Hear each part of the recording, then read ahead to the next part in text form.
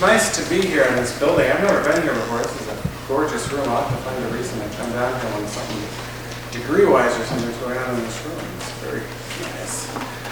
It's nice to be here. It's especially nice to see a group of people come together.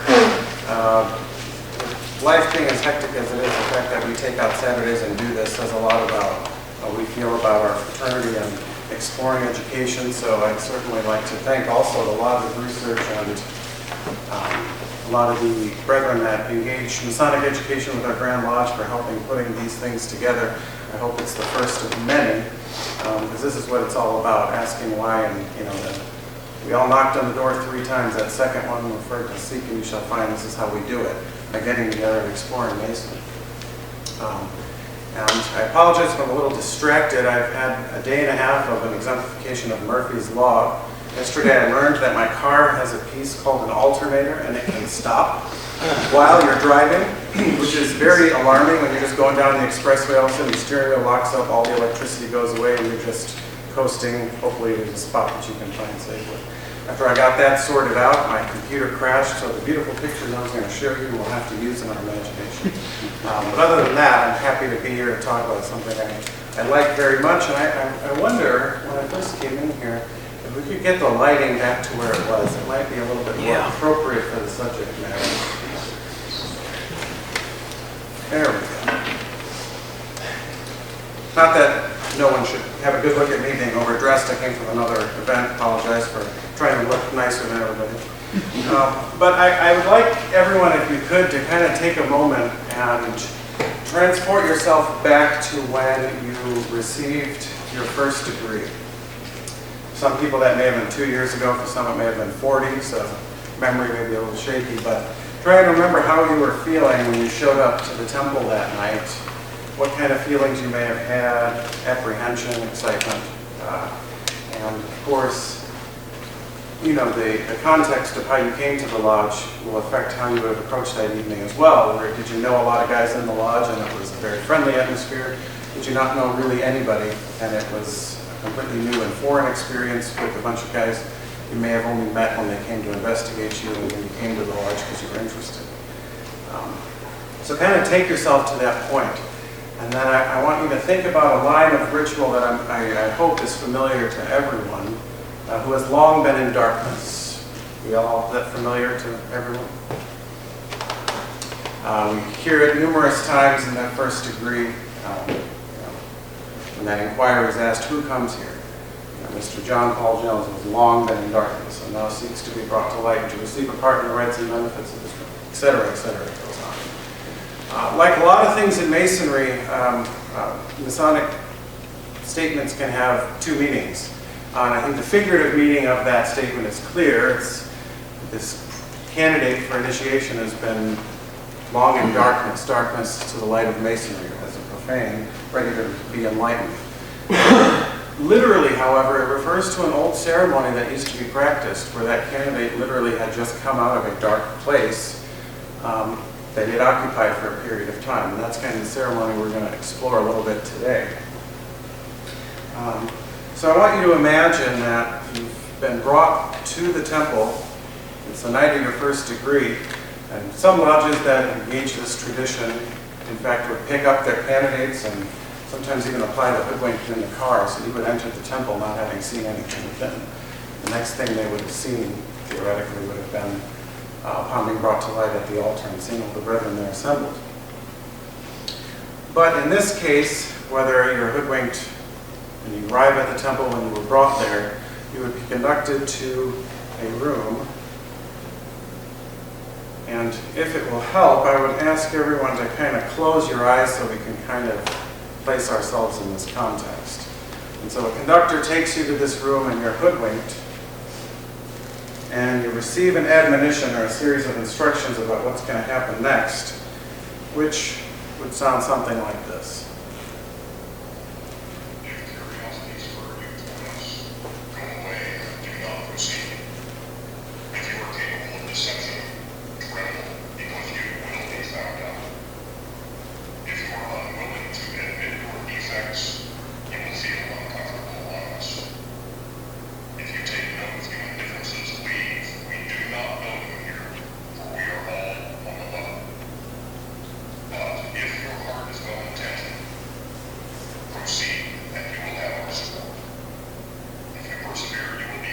terrified, you will overcome darkness, you will be enlightened. But if your soul is fearful, do not proceed. Do you wish to proceed? I do. Then you will enter into this chamber of reflection and remove your woodwing at the sound of the door closing.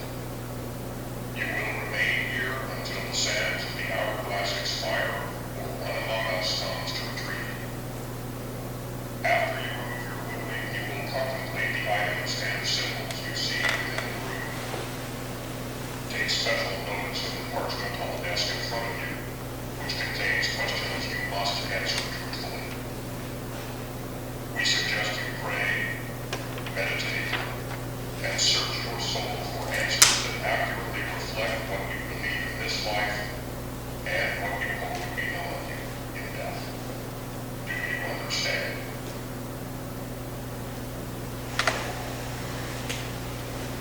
So after receiving that admonition, you're still sitting in this room, you hear this door closing, or in some cases they may alarm it to alert you that they have departed. And you remove your hoodwink, you find yourself in a small, dark, black room. You're seated on a stool. This room is lit by a single taper. There's no sound, it's completely silent. You may have the smell of incense surrounding you. And you're immediately struck by a reflection staring back at you, which of course is yourself. There's a mirror placed there. Beyond that, you see various emblems of mortality, probably a skull seated on crossed thigh bones. You see an hourglass which is running, which has been reversed by that conductor. Bread and water, and either the symbols or raw representations of salt, sulfur, and mercury. See a cockerel on the wall with the inscriptions vigilance and perseverance. See the acronym vitriol, V-I-T-R-I-O-L, written on the wall. Other various warnings are written on the wall. See a scythe, potentially drawn on the wall, or a physical scythe present, or maybe even the tarot card death, which is often used. Sometimes you see a complete skeleton in the room. And then, of course, your attention turns back, as the admonition stated, to the portraits that are in front of you. And so that's kind of the atmosphere of the ceremony that you would find yourself in. Before we kind of pick apart a little bit its components, I'm just curious, how many people are have heard of this, but maybe don't know a lot about the ceremony, or this is kind of a new thing that you're hearing for the first time? And before you answer, I want to separate this ceremony from the one of the same name used by the American York Rite in the Order of the Temple and the Commandery. They kind of drew their inspiration from this original Craft Lodge ceremony, and it's a little different, much more brief and simple. I'm not saying anything negative about it, it's a different one. So the specific one to the lodge, how many people are familiar with this and have heard this before? Okay, well, it's a good audience for it. I always like, in Masonry, we like to define everything and to pull it straight out of a Masonic encyclopedia. If you look up Chamber of Reflection, what it'll tell you is a small room adjoining the lodge in which, preparatory to initiation, the candidate is enclosed with a purpose in indulging in those serious meditations which its somber appearance and gloomy emblems with which it is furnished are calculated to produce. So the question becomes, obviously, since a lot of us are not familiar with this and we certainly don't do it, what happened to this ceremony? Where did it go? It was designed to be the very first experience of a candidate into Masonry. For anything else, they would be placed in this context. Unfortunately, what happened is in the 19th century, we had this anti-Masonic movement that took hold, and a lot of Grand Lodges actually collapsed because of that anti-Masonic sentiment. And as Masonry was trying to fix itself, unfortunately we caved a little bit and we said, well, let's change so they like us a little bit more. And this ceremony was one of the casualties of that. It was thought maybe it was too creepy, too gloomy. Some even, there's writings from the 1830s that it was un-American to do this. And so when you look at our own Grand Lodge, the first Grand Lodge of Illinois was started in the early 1820s. It didn't even last a decade before it collapsed. And in the height of the anti-Masonic movement. And so as it was starting to restructure itself and was reborn in 1840, which is our current Grand Lodge, this ceremony had kind of already disappeared, and so our current Grand Lodge has never really engaged it. We got our work from when the new Grand Lodge was formed from the neighboring Grand Lodge in Missouri. They had already eradicated it, so since we pulled our work from them, it didn't come over to us. So effectively, our Grand Lodge has never employed this. And so that's why we don't see it today. And so as we go through this, again, this is a ceremony that probably hasn't been done in Illinois since 1820s, the late 1820s. So consider the atmosphere that we set up earlier. This chamber room is designed in the way it's arranged and being small and enclosed to kind of illustrate a symbolic connection between the images of life and death, kind of a womb and a tomb at the same time. And that silence and darkness and black that you're sitting in really enhances the self-reflection that the ceremony is designed to produce. And the specific incense, a lot of times, that people do like to use when they engage this ceremony is frankincense, which comes from the resin of the boswellia plant, which even today neurobiologists don't quite understand it, but that resin activates ion channels in the brain that actually alleviates anxiety. Not to say we're getting candidates high doing this or anything like that, but use of DMT in masonry is another topic for another day. Very interesting topic, however.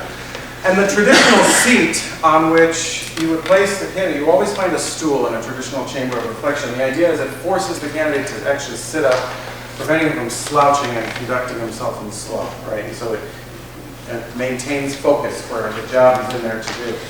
And we have this single taper burning, radiating in singularity like the sun, right? In masonry, we love the symbolism of the sun. And it illuminates our reflection in the mirror. So you're literally alone in this room with yourself and the light that we're preparing this candidate to receive.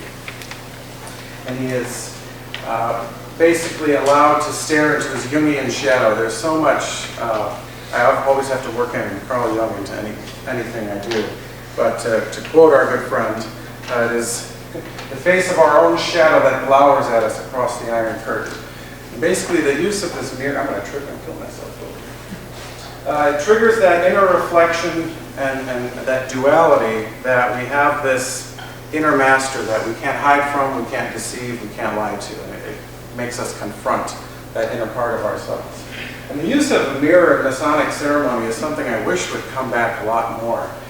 In some of the old French rites, there was this great practice of right after the candidate was brought to light and saw his brethren for the first time, the worshipful master would say, it is not often that one's enemy is before oneself. That which is to be feared most is often behind you. Turn around. When the candidate turns around, he's confronted with his own reflection. Put yourself in that very powerful moment when you're not expecting to see that. And of course, you're also struck by the emblems of mortality, that human skull. There's a lot of alchemic influence in this ceremony. And the caput mortem, or dead head, as the alchemists like to say, is present. In alchemy, what was the goal of alchemy? Well, to transmute base metals into silver and gold, right? Through the processes of putrefaction and purification. Very easy to apply to Masonic practice. As we have this profane, we're trying to get to transmute his nature through this symbolic burial in this chamber, into a new transformed man, into the form of an initiate. When you look at ancient Greek, the word telantai, which means to die, is almost identical to the word telestai, which means to be initiated. And so you see this almost bookend kind of symbolism with where we start in the chamber, we end with, of course, the allegory of the third degree. I'm getting dry. You probably see represented somewhere the expression Memento Mori. Who's heard this expression? Okay, we got one guy. What's it mean? To remember death. Yes. Oftentimes, remember we must die, or there's lots of things. It's actually, the tense of it is a future tense, and literally means remember to die. And so that is something you'll probably see accompanying that skull in this room. And the square and compass, or the skull and crossbones, has been used for years to demonstrate life and death through a lot of ancient mystery schools. This is hardly a new application of that symbol. And one of the things I wish I could show you, it's one of my favorite images. They recovered from the ashes of Pompeii this beautiful mosaic tile tabletop. And a picture of her, it was a skull that had a crown of a plumb line. Masons, of course, love that, to think of something so far in antiquity that had kind of Masonic applications. You see, even back then they were using those symbols to illustrate death as the grand leveler of all humankind. The thigh bones, you'd see accompanying the skull too, represent strength and actually as well as sexual power. This is something, again, that goes to the cycle of life and death that is inherent in the symbol of the chamber. There's a French phrase, petite mort, which means little death, right? I have a head nodding, I like it. That the fluids, the loss of life force through sexual acts are little deaths, but ones that can then give new life. It's that circular way of looking at it. And anyone is, if you've ever seen the Third Degree Tapestry, which again, I wish I had a picture of it, it's a skull and crossbones on a black backdrop with a bunch of what look like drops. Is anyone familiar with kind of what I'm talking about? A lot of times it's referred to as the Teardrop Chemistry, and this is completely incorrect. That tapestry, again, is a symbol of life and death, and so the skull and crossbones obviously is easy to acknowledge as the symbol of death. Those droplets are different body fluid, and I don't know if I've ruined that picture for all of you now, but it's actually a beautiful symbol. It's, again, we're all adults here, right? But that is actually the original intent of that. And don't see them as often, again, because it went along with this ceremony. A lot of those depictions aren't part of the standard Masonic symbols that you see on tracing boards and anything anymore. I mean, at some point I was wearing a skull and crossbones, someone, a lapel pin, and someone asked me, what the heck is that? And I said, it's a symbol for the third degree, and they were completely confused. And I said, okay, we need to do some education. Hourglass that's present, which has been reversed. Obviously, we're all very familiar with an hourglass, the passing of time. Sometimes you'll see in the chamber that they have actually placed it sideways. It stands in both sides of the hourglass to almost create a sense of timelessness while this candidate is engaging in his reflections in the chamber. And also is a gentle allusion to the timelessness of immortality, the fact that we have souls that live on beyond our natural bodies. Bread and water are always present. Bread is symbolic of work. Of course, we have to work and engage the earth to bring bread forth. And it completes the four elements that are depicted in your chamber. So you have bread as earth, you have the water present that represents itself, that incense flowing through the air acknowledges the air, and then of course your burning taper is fire. And water and salt have always been connected. They're present in all of our body fluids and our blood and our tears and our sweat, our sexual fluids, we've already been there. Regulates so much of our biological needs too. Anyone here on a cardiac diet knows how too much of one brings too much of the other. And so these four elements, of course, are natural companions to the alchemic trinity, right, of salt, sulfur, and mercury, right? And so you have sulfur corresponding with that elementary form of fire, mercury is with the air and the water, and then, of course, salt with the earth. And the idea, the alchemic symbolism here is that they allude the makeup of man and of all substances on the earth. And I know we're in the Northern Masonic jurisdiction, and of course, that's Mackey land, and to quote Pike would be, I don't know, I'd be struck down by the Sovereign Grand Commander or something, but I'm going to break that rule. To separate the subtle from the gross in the first operation, which is wholly internal, is to free our soul from all prejudice and all vice. This is effected by the use and the ardor of the will. And so to apply this Masonically and in line with the alchemic symbolism that Pike is alluding to is we succeed in changing into spiritual gold such things that are even of the least value and even the most foul things in the earth. We have the ability to transform ourselves. This is an internal reflection. So the cockerel on the wall with those inscriptions, vigilance and perseverance, and in the old writings, when you have references to this ceremony, it will refer to the cock on the wall with the writings, vigilance and perseverance. Nowadays, we tend to say rooster because of the tendency of the giggle-inducing nature of using the former word, but the symbolism there is the coming of the dawn after the darkness of ignorance and fear. Again, we have this initiate, we're preparing to become an entered apprentice, and the rooster is often an omen foretelling of some kind of spiritual trial, and that's what he's going through now. With the words, vigilance and perseverance, we talked about seeking the truth and light of our inner master as we're here for self-reflection, and we must also have the courage to acknowledge that that we have this ability to transcend ourselves, even when it's challenged by our own social standing, our ego, and the perception of others. To put that simply in a phrase I'm sure we've all heard, know thyself. And sometimes you see with or instead of a rooster, you see the Gnostic talisman Abraxas, because it's also associated with Mercury and the coming of the new dawn. I could unpack the symbolism that alludes to, but that would be another 3 hours, and ain't nobody got time for that. That could be another conversation at another one of these events. So I mentioned on the wall, too, when we painted ourselves in this room, that acronym, vitriol, V-I-T-R-I-O-L. It is functional as a word, but in this case, it's used as an acronym. To totally impress me, does anybody know what it stands for? In Latin. It's okay. So, visita, and forgive anyone who speaks or knows Latin really well, forgive my pronunciation, but visita interiore rectificando, I can't even talk, I'm getting dry. Visita interiore terre rectificando que in venis occultum lapidum. Visiting the innermost part of the earth and rectifying, you'll find the hidden stone, is what that stands for. Omar, And, what's that? there's some water. I'm going to I've been talking since 4 in the morning, sorry. Oh, that was fantastic. Again, I just told you, one of the elements, life-giving power, right there, you just saw it in action.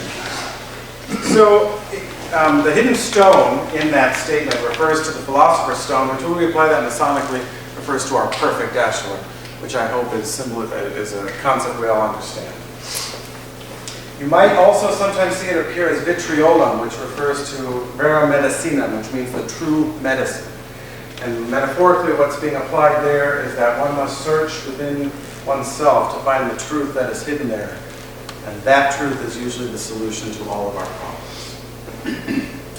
And so I referred to warnings on the wall. Now again, like I said, I asked you all to kind of remember the state of mind you were in when you came to your first degree.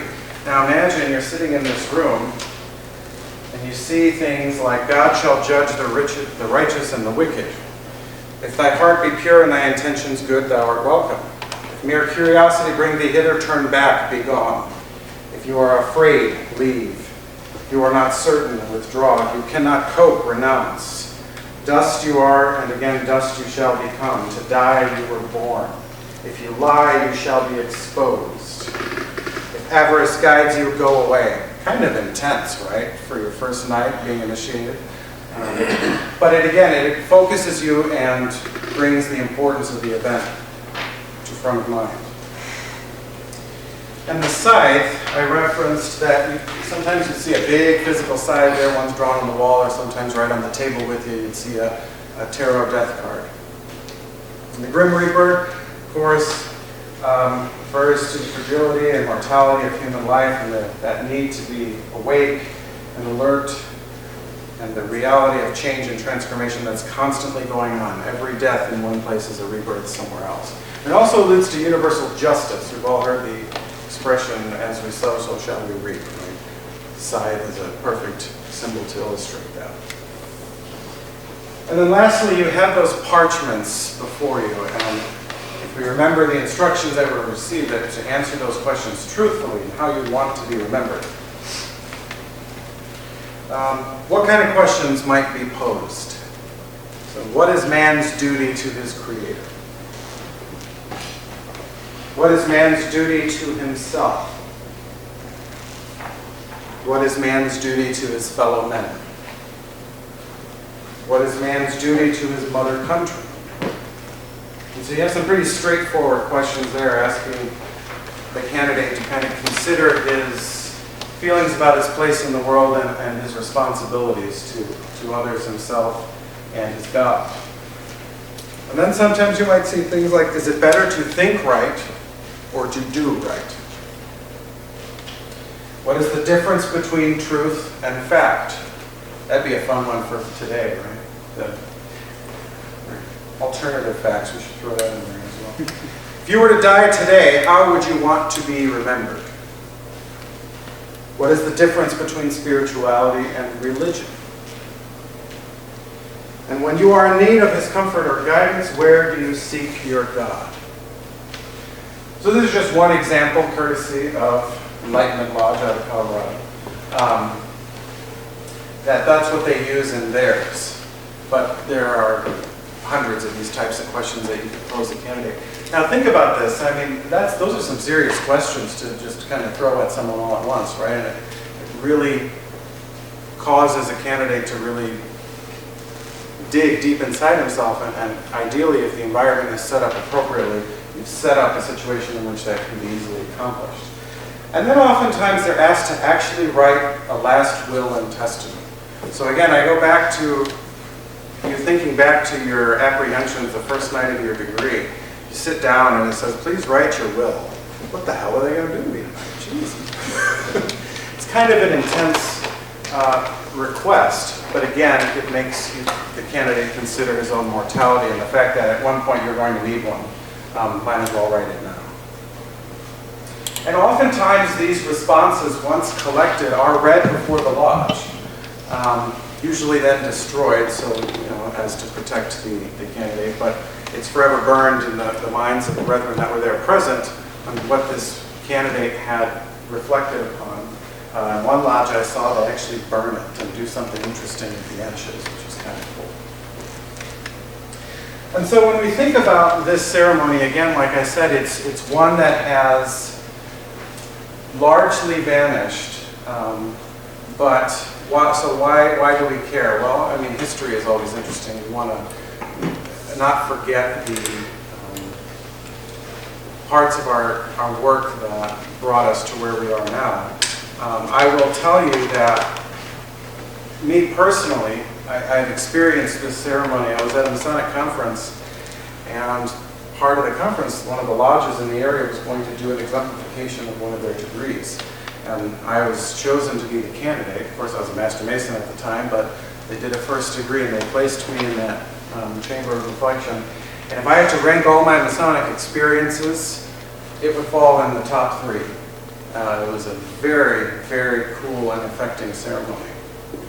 And it's something that's hardly new. The act of initiation as a kind of voluntary death goes all the way back to even the mystery schools, the Eleusinian mysteries, that initiation was required a symbolic rebirth. And like I mentioned before, with the chamber being the first experience a candidate encounters, you have these bookends because he's again going to face that harsh lesson at the end of his run through the 3 craft degrees.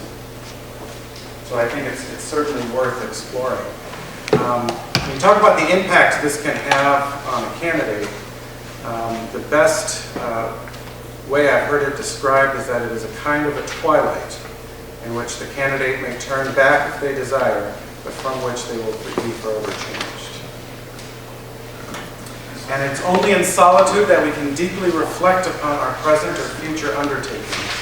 And blackness, darkness, or solitariness is ever a symbol of death. So a man who has undertaken a thing after mature reflection seldom turns back. In the chamber of reflection, this candidate himself is the only witness to his point of rebirth and the separation of himself from his profane self. When you look at our work, our ritual that we do still practice, nowhere in our work, ever, except for one time north of the altar in the first degree when we ask the candidate in whom you put your trust, do we ask a question of the candidate that elicits a substantive answer. Is this of your own free will and accord? Yes. Is this of your own free will and accord? Yes, it is. Now, mind you, I'm not saying our work is bad. I'm the chairman of the board, and I wouldn't be. I didn't like our work a lot. But I think the loss from not practicing these ceremonies anymore is this engagement of the candidate with themselves and allowing them to grow through their own efforts in a context that we can help to create. Because that's all Masonry is. Masonry can't hand you the secrets of Masonry. It kind of gives you tools to go out and figure things out and see things. And of course, we're not done once you get your third degree. That's a lifelong endeavor.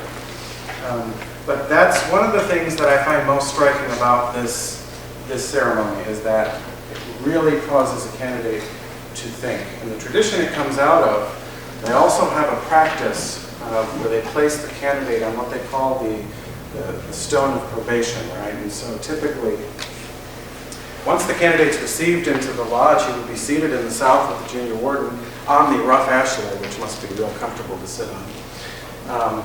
And there's this practice where there would be this mysterious alarm at the door. The alarm would be attended to, and it would be reported that there's a stranger outside who has been trying to gain admission to the lodge for personal gain. And so the master says, well, go find the person who saw him and let's investigate this. Of course, the guy is gone. No one can find him. But so then the master will interrogate this candidate and say, hey, does this apply to you? Ideally, the candidate would say no. And they go through this whole thing. And the master says, well, since the witness is gone, we're going to explore this a little further.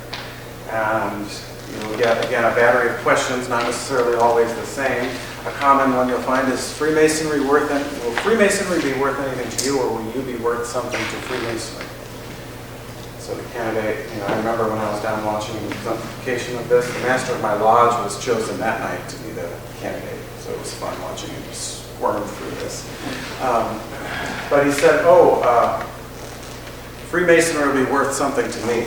And so the master got very upset and said, so you are here for personal gain. They were talking about you. He goes, no, I'll change my answer.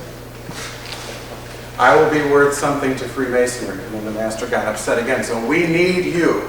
Without you, we can't function. You're worth something to us.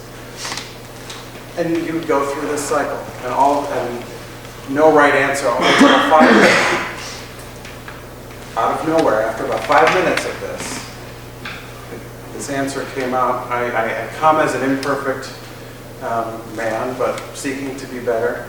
I hope to gain from this fraternity, but also contribute to it. And then the master was satisfied with that answer. And I remember seeing the look on the candidate's face, like, where did that come from? But going through, it's not hazing. It was making the candidate dig. He was asked, do you believe in God? And he said, yes. And then the master said, why? He said, because I have faith. And then the master asked, do you have faith in your worshipful master? And he said, yes. Am I God? Well, no. Then why do you believe in God? Because I believe in something higher than myself. Now, the master of my lodge, who was this exemplar candidate, was about 5'6". And so the master used that, and he said, everybody in this room is higher than you. Are we all gods? No. Then why do you believe in God? And then again, after going through this circle, he came up with something, and everyone's like, oh, that was good. And so again, not to say that some masters don't have fun with this, but it pulls the candidate out. It's the same, this is after he's already struggled through this chamber of reflection, mind you. And so the reason I brought that up is just to illustrate the point that there were times when we asked a lot more of candidates, and I think the loss of these ceremonies has truly changed the way we affect Masonry. Like I said, our work is still beautiful. Oh my, it's the best work in the country as far as I'm concerned. But these old ceremonies are kind of interesting to look at and study and see how they would have affected candidates when they were being practiced. And it's interesting, interest in this has kind of grown recently. The Masonic Restoration Foundation, you know, it did a lot, especially when the traditional observance movement took off.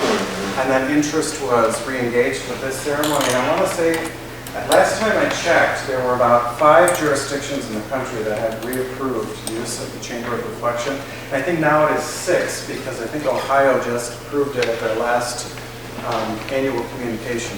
And so we're seeing renewed interest in this, and who knows what the future holds in terms of us seeing it even more.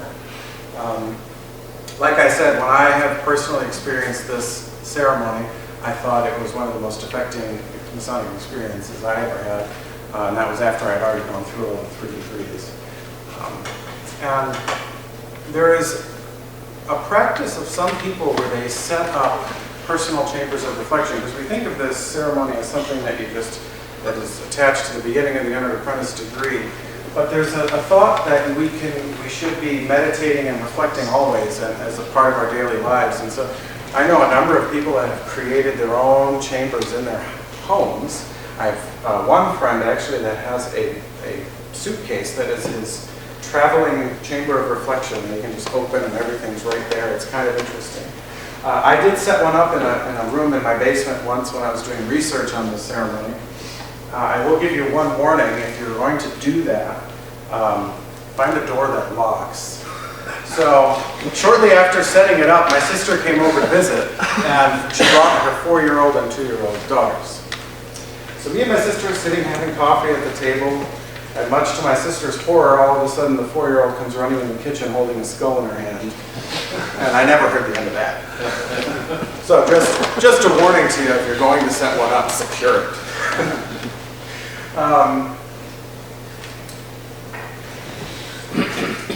And with that, I really, the last thing I'll say is I hope you found this interesting. The Chamber of Reflection is one of the most dense Masonic ceremonies that are out there. I just very literally, as we went through and broke apart those components, scratched the surface of what is encompassed in all those symbols that you see laid out. But I hope it was enough to kind of whet your appetite to hopefully look into it a little bit more. Like I said, our work is beautiful, and I love it the way it is. But I also like this ceremony, and I certainly like sharing it with people that may not be familiar with it. It seems like this was new to a good number of you guys. So before I am done, I would just, does anybody have any questions or any comments about this? Yes? The question I'm going to ask has a negative side to it, but I want to stress the comment. Then you can't ask it. No. It's very beautiful and a very positive perspective thing. But let's be honest, whether the public is fully justified or not, one of the reasons some of these ceremonies and rituals are scaled back,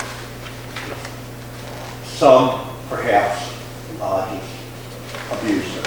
Oh, absolutely. And it became hazing and soft torture, or we got a reputation for it. Absolutely. So it seems incumbent that the leadership of the organization, to the extent these things are implemented, Yes. really is careful to make sure that those lines are not crossed. And that is why, actually, I'll give you the example of Michigan, who was one of those jurisdictions that approved its use. One of the justifications the Grand Master at the time made for doing so was he says, you know what, we have all these lodges that really like this ceremony and they're doing it anyway, but it is not regulated.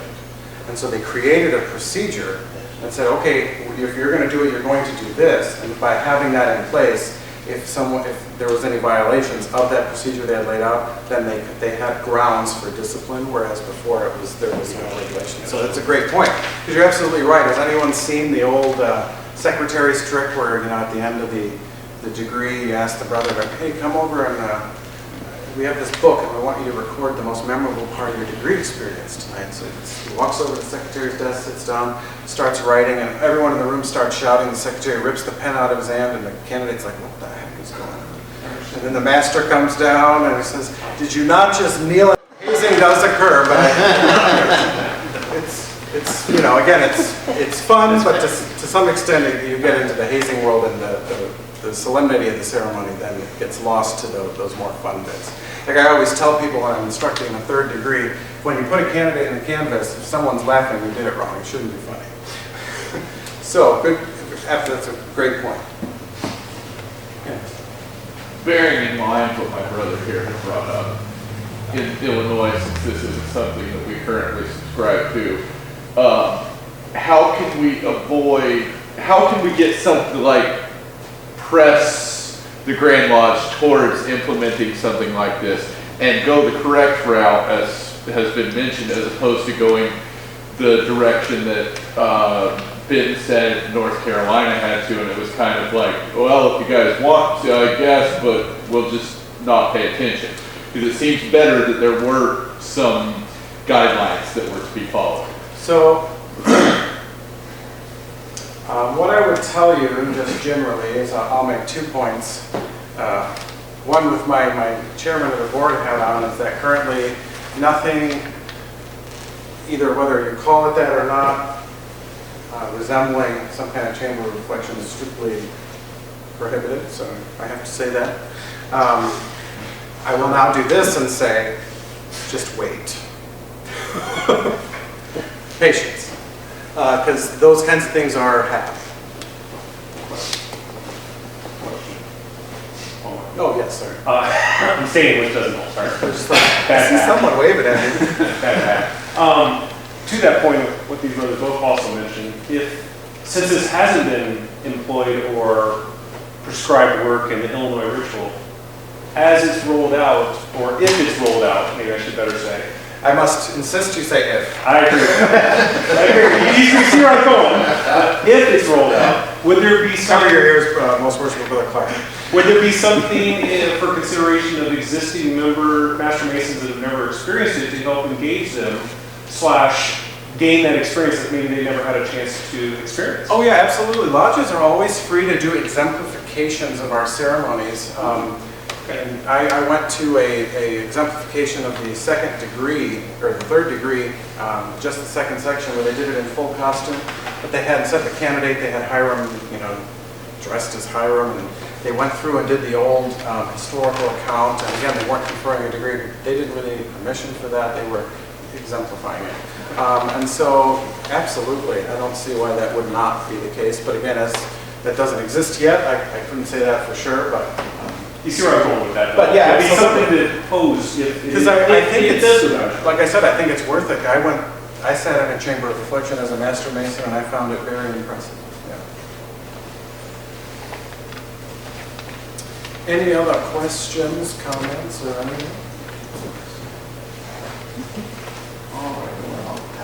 Like I said, I could talk about it more, but then if I unload any more, we'd be here for like 7 hours. So I thought I'd give you a little broad stroke of it, and hopefully whet some appetites. Yeah.